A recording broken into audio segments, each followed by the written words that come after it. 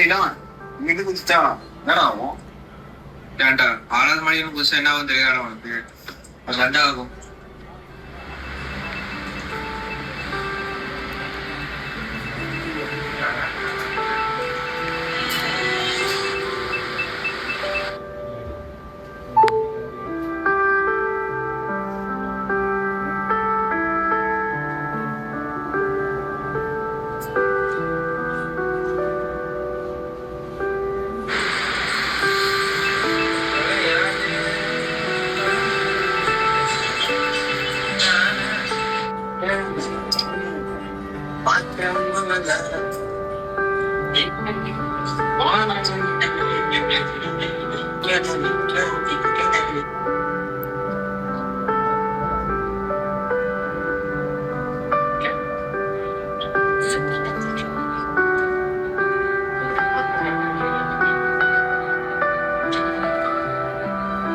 டேய் பாரதி, துவைக்கிறதுக்கு துணி எடுக்காம போற.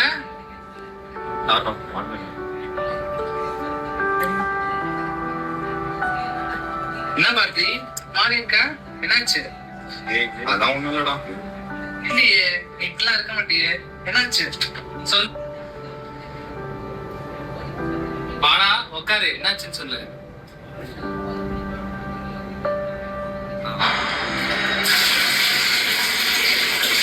ஏன்டா என்னாச்சு?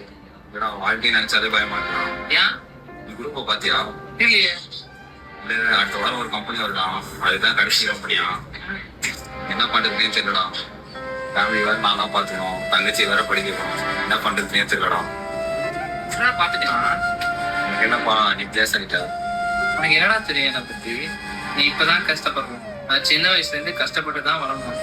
நீ லீவ்னா எங்கடா போவீங்க? ஜாலியா வீட்டுக்கு தானே போவீங்க. ஆனா நான் வேலைக்கு தான் போவேன். அன்னைக்கு கஷ்டப்பட்டேன், இன்னைக்கு வேலை கிடைச்சது.